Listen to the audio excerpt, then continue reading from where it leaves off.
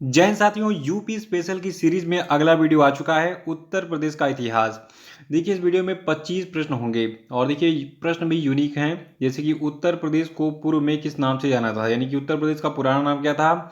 उत्तर प्रदेश में जो है मुख्यमंत्री के पद पर सबसे अधिक समय तक रहने वाले व्यक्ति कौन थे।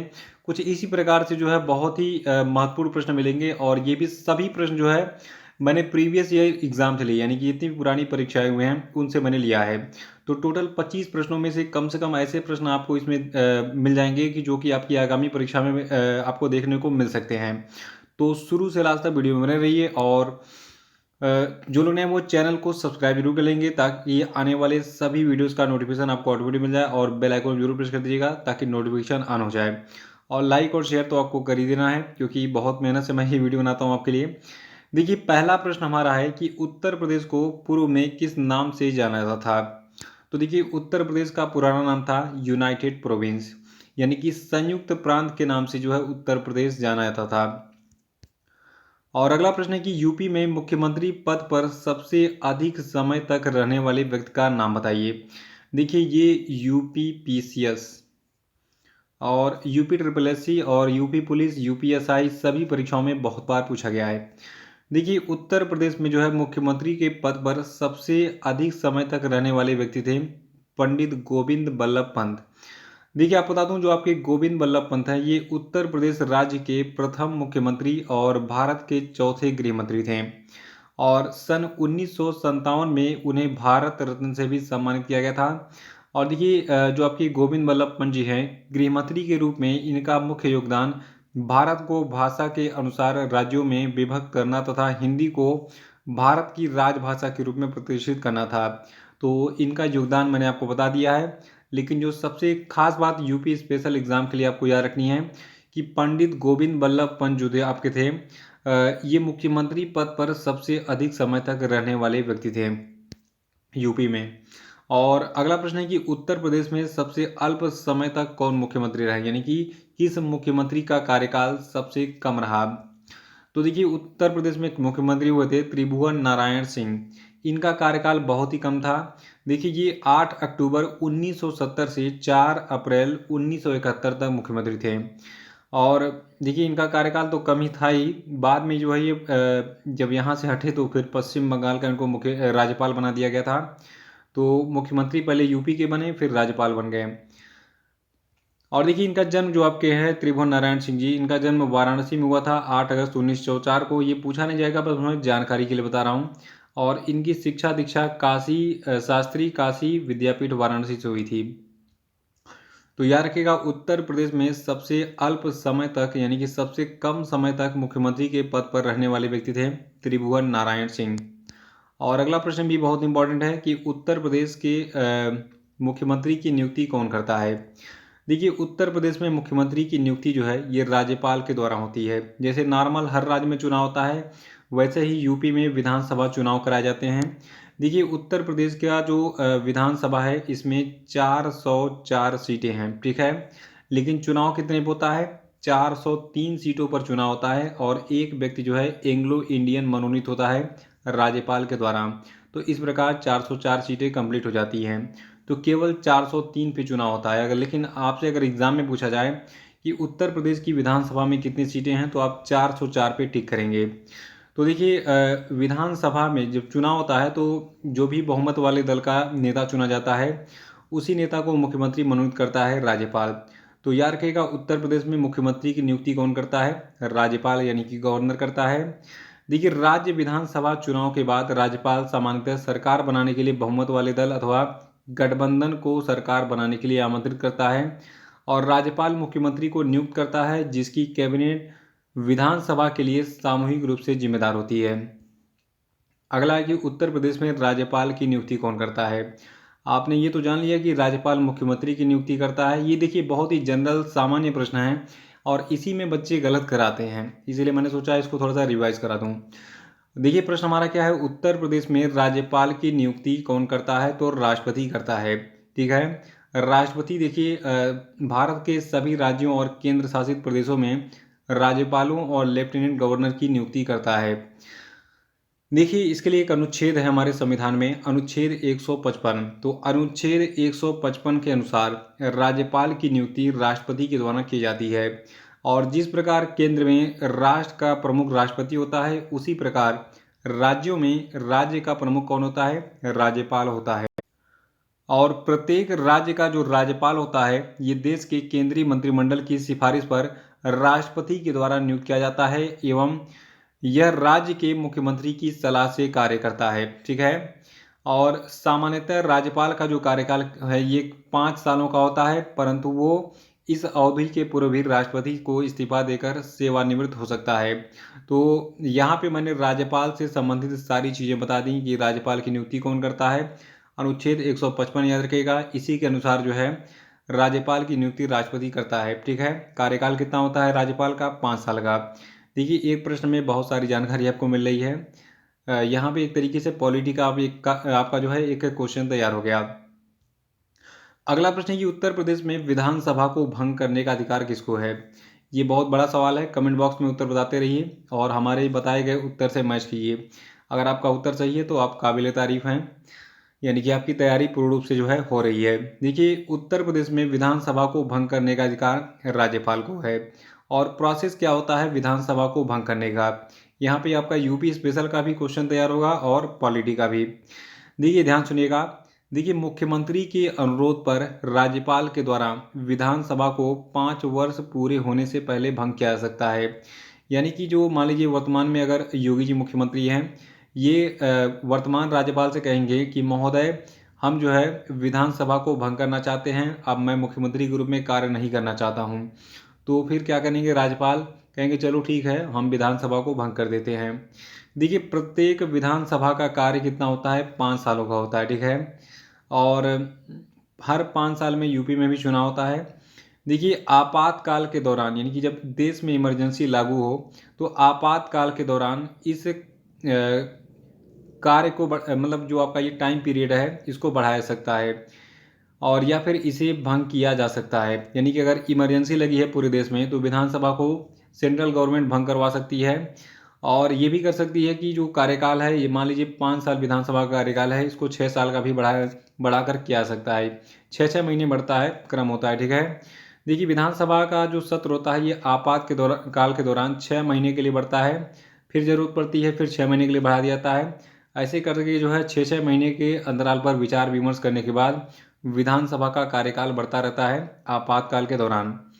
देखिए, विधानसभा को बहुमत प्राप्त या फिर गठबंधन सरकार के खिलाफ अविश्वास प्रस्ताव प्राप्त होने पर भी जो है भंग किया जा सकता है।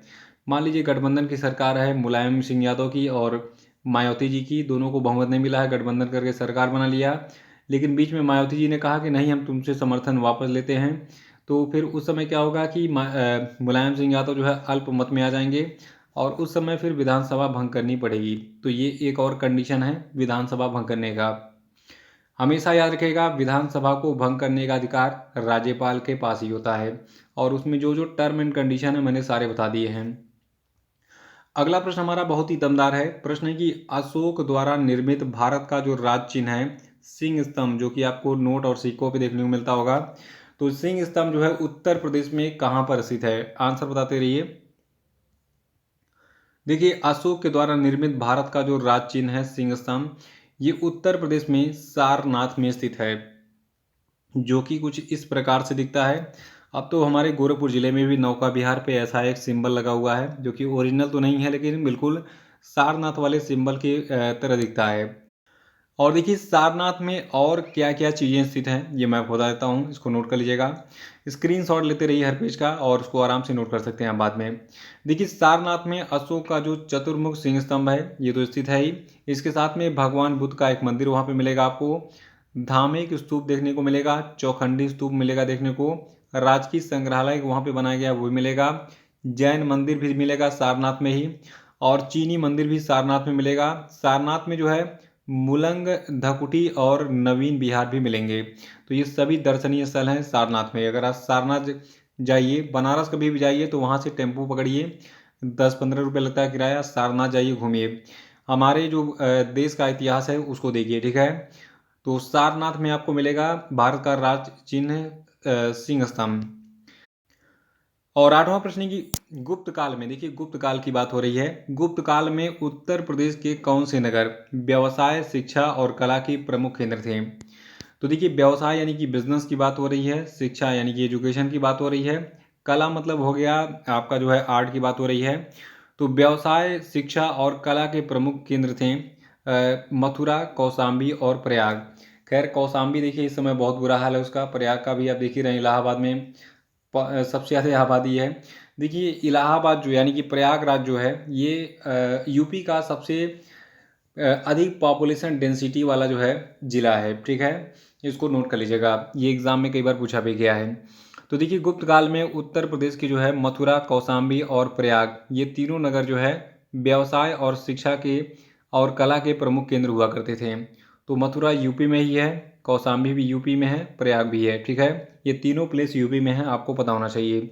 और मुझे तीनों जगह जाने का सौभाग्य मिला है, बहुत अच्छी बात है। देखिए इतिहासकारों के द्वारा जो आपका गुप्त काल था इसको भारत का स्वर्ण युग माना जाता है। ये प्रश्न एग्जाम में आपको यूपी पीसीएस में और यूपी के बहुत सारे एग्जाम में मिला भी होगा। प्रश्न पूछता है एग्जाम में बार बार कि निम्नलिखित में से किस काल को भारत का स्वर्ण युग माना जाता है, तो ये था आपका गुप्त काल। और गुप्त काल को केवल चंद लाइनों में मैं एक्सप्लेन कर दूंगा, और इतना अगर याद रखेंगे तो गुप्त काल के सारे प्रश्न आपको जो है एग्जाम में सॉल्व कर सकते हैं उसको। देखिए गुप्त काल की राजधानी क्या थी, पाटलिपुत्र, जिसको आप वर्तमान में पटना के नाम से जानते हैं, ठीक है। तो गुप्त काल की राजधानी क्या थी, पाटलिपुत्र यानी कि पटना। और उस समय जो है संस्कृत और प्राकृत भाषाएं जो है प्रचलित थीं, यानी कि गुप्त काल में संस्कृत और प्राकृत भाषाएं बोली जाती थीं। और उस समय जो है हिंदू धर्म और जैन धर्म ये अपनी चरम सीमा पे था। और शासन जो है उस समय पूर्ण राजशाही था, यानी कि राजतंत्र चल रहा था, राजा जो है जो चाहे वो करता था, उसके आदेश पर ही पूरे देश में जो है जो भी है शासन प्रशासन देखा जाता था। और देखिए गुप्त काल में दो ऐसे राजा हुए जिन्होंने महाराजा धीराज की उपाधि धारण की थी, इनमें एक था श्रीगुप्त और दूसरा था चंद्रगुप्त।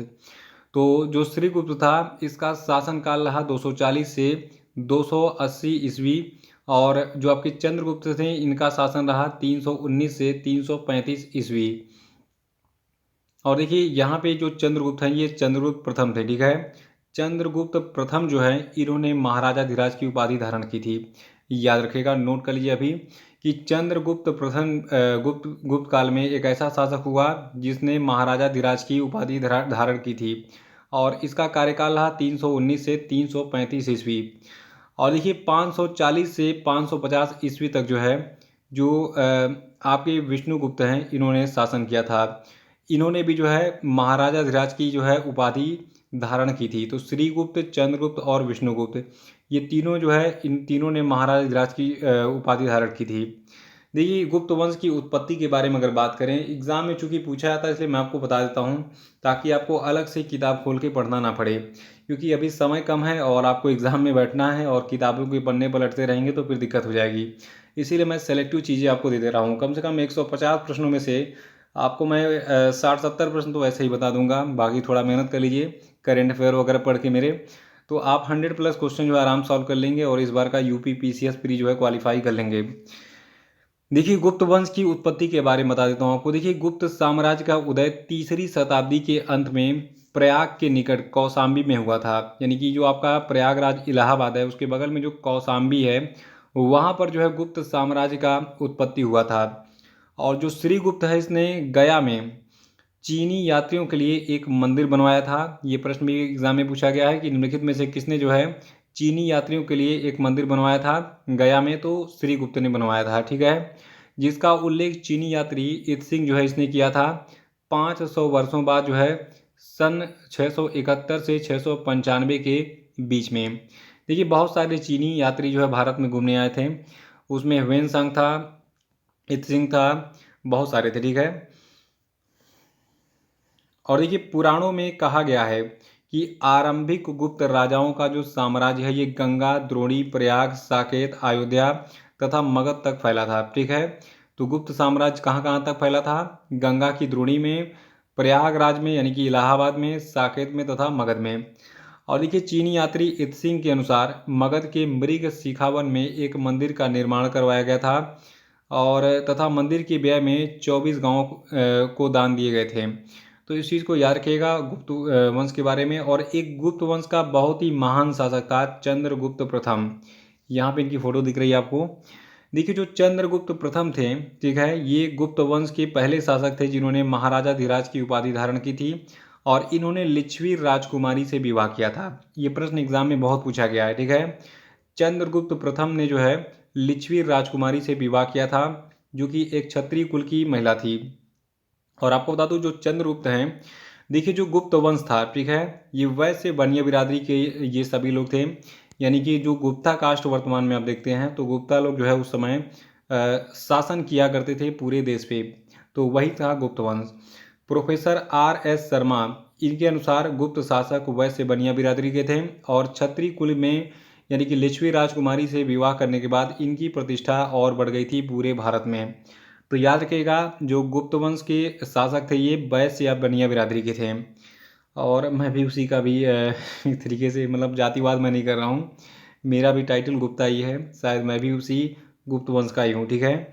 नवा प्रश्न है कि बौद्ध धर्म की वज्रयान शाखा का उदय उत्तर प्रदेश में कहाँ पर हुआ।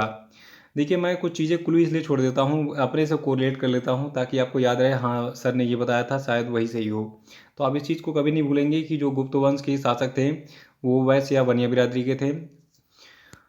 देखिए प्रश्न हमारा है बौद्ध धर्म की वज्रयान शाखा का उदय उत्तर प्रदेश में कहाँ पे हुआ, तो इसका उदय सारनाथ में हुआ था। और अगला प्रश्न है कि किस सन में उत्तर प्रदेश का नाम संयुक्त प्रांत यानी कि यूनाइटेड प्रोविंस रखा गया।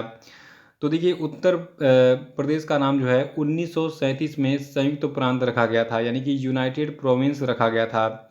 और आज़ादी के पहले जो उत्तर प्रदेश है, ठीक है, ये United province of Agra and Awadh के नाम से जाना जाता था, ठीक है।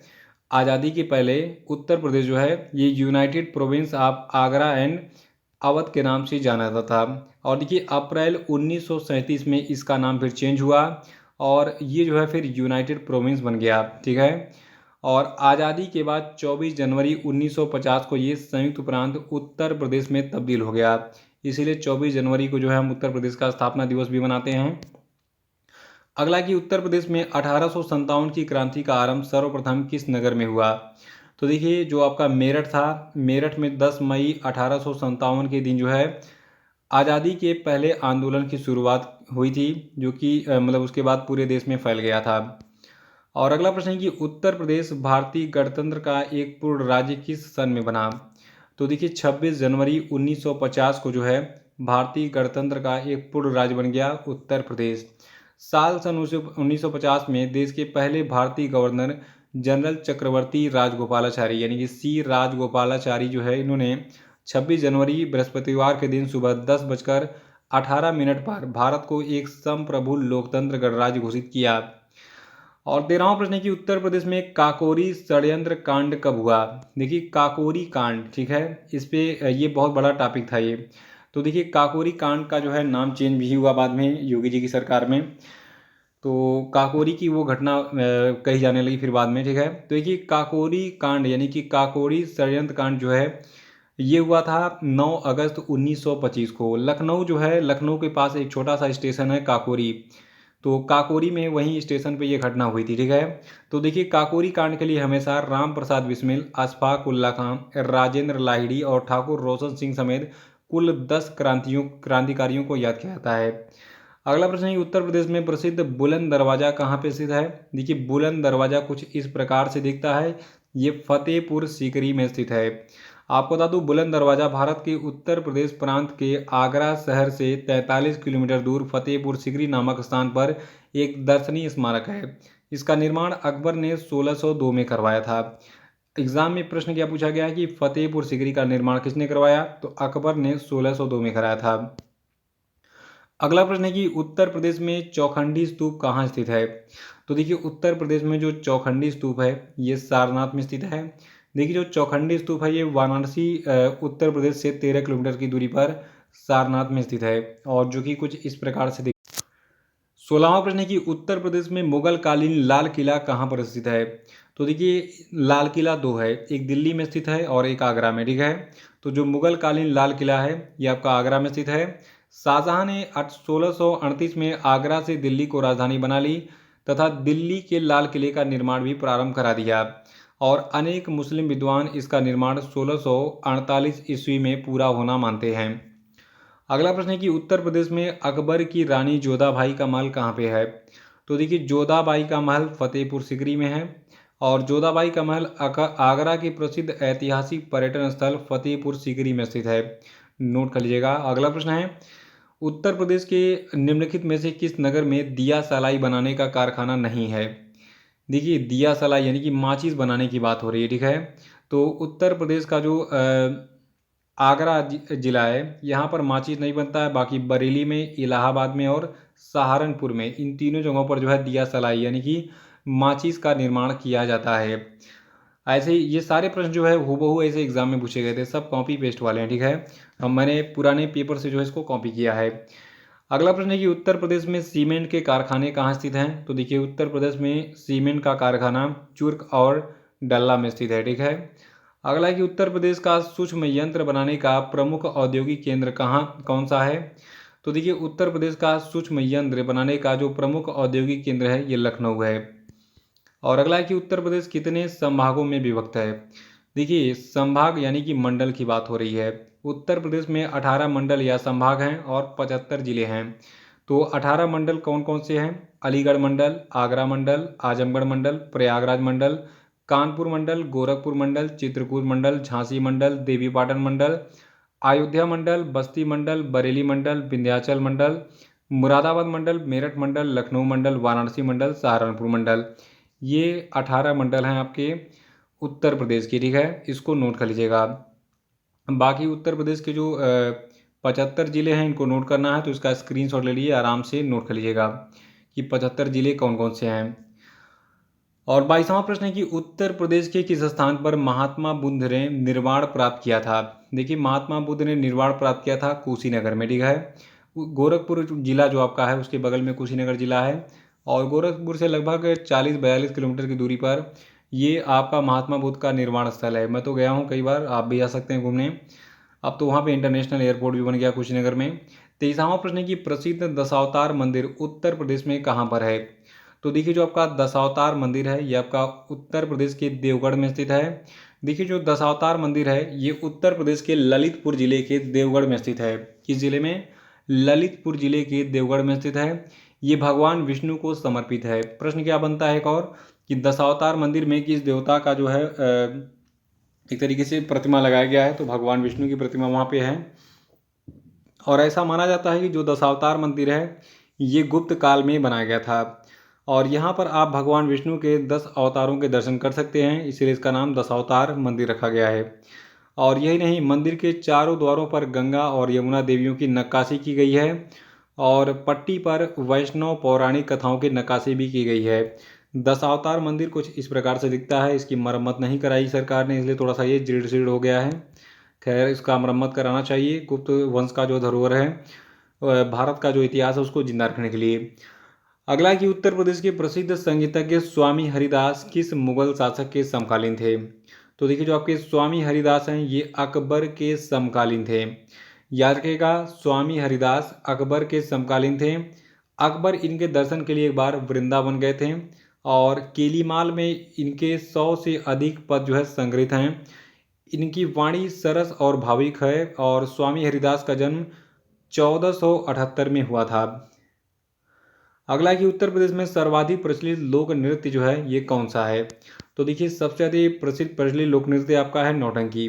देखिए उत्तर प्रदेश के सभी लोक नृत्य का मैंने एक वीडियो बनाया है जो आपको यूपी स्पेशल के प्लेलिस्ट में मिल जाएगा, आप वहां जाके देख सकते हैं उत्तर प्रदेश में कौन सा लोक नृत्य किस क्षेत्र में प्रचलित है। हम बात कर रहे हैं नौटंकी की। देखिए नौटंकी उत्तर प्रदेश का सर्वाधिक प्रचलित लोक नृत्य है जिसका मूल स्वरूप जो है ये विथी नाटक है। इसमें हाथरसी और कानपुरी नाट्य शैलियों के द्वारा संवाद, गायन एवं लोक नृत्य के माध्यम से लोक कथाओं का प्रदर्शन किया जाता है। तो आपके 25 प्रश्न कंप्लीट हो गए हैं। बाकी ऐसे ही और वीडियो मैं लाने वाला हूं। आपको ये वीडियो कैसा लगा कमेंट बॉक्स में जरूर बताइए ताकि मैं और भी वीडियो बनाते रहूं। Thank you and have a nice day. Video को लाइक और शेयर कर दीजिएगा।